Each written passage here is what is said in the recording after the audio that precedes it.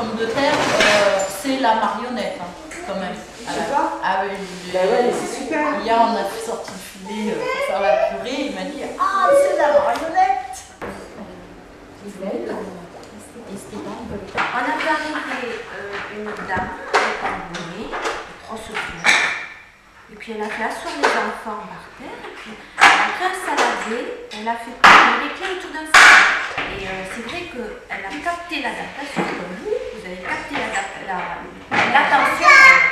l'attention avec un simple, voilà, quelque chose de la vie courante de tous les jours. À quelque part, moi j'ai reproduit ça chez moi. Avec, alors après il jouait avec le matériel, il jouait avec les casseroles, il jouait avec, voilà, avec le fouet, avec les fourchettes, avec les casseroles. Ils ont joué avec les éléments de la cuisine. Voilà, ils ont vraiment. Bon, on s'est installé sur une couverture, j'ai fait d'abord un petit peu comme vous, et puis après,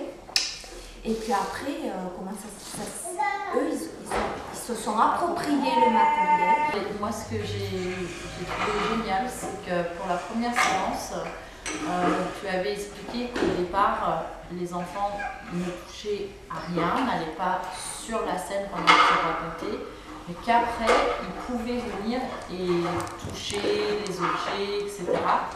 Et c'est vrai que quand je suis venue, j'ai vu que les petits qui avaient l'habitude, effectivement, ils sont restés assis. Et dès que tu as eu fini, ils savaient que c'était fini. Et là, ils se sont levés, ils ont commencé à toucher. Et je suis restée scotchée. Le cadre est posé. Ah ouais, vraiment. C'est vrai qu'ils ont apprécié. Moi, je sais que Sacha, il a apprécié ça. Il faut trouver une cachette. Tu viens avec moi? Oui, d'accord. Ça, c'est le charbon. Il court comme ça.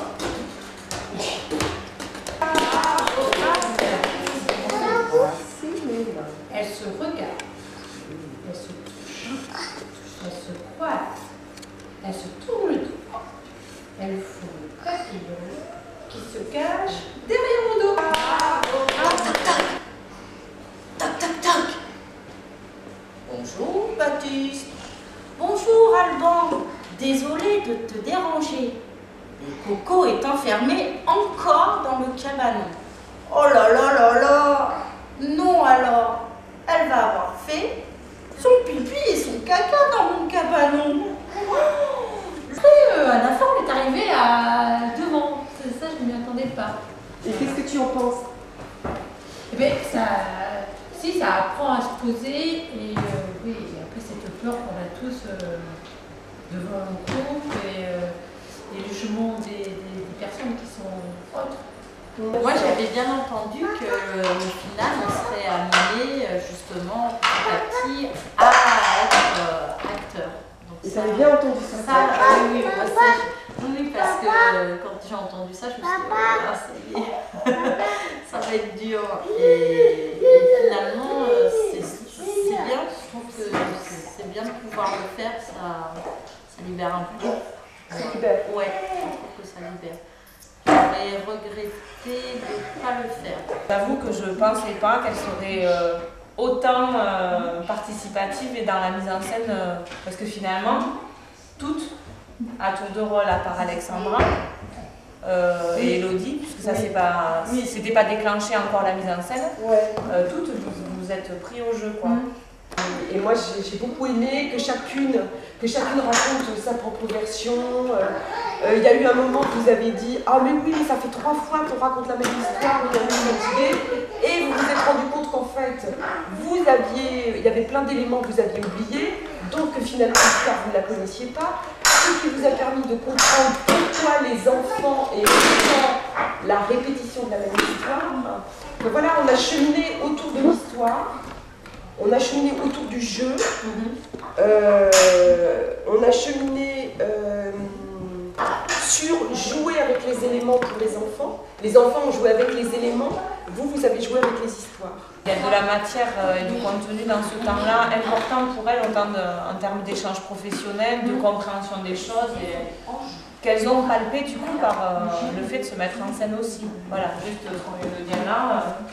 Voilà, qu'est-ce que je ressens et du coup, qu'est-ce que je peux faire ressentir aux enfants, comment dans la scène, voilà, suivant comment moi je me positionne.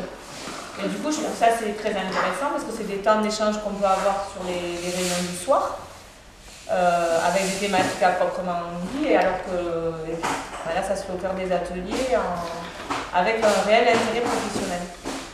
Avec aussi des assistantes maternelles qui du coup disent qu'elles utilisent ça à leur domicile et qu'il y a une continuité avec les parents. Pour certains enfants qui reproduisent des choses face aux parents. Donc je me dis, waouh, le lien il va jusqu'aux familles. Une couverture toute douce, toute douce. Alors, quand sa maman, elle l'emmenait se promener, eh bien, elle l'enroulait dans la couverture doudou. Et Gédéon, il était content dans sa petite couverture doudou. Il l'emmenait partout, sa petite couverture doudou.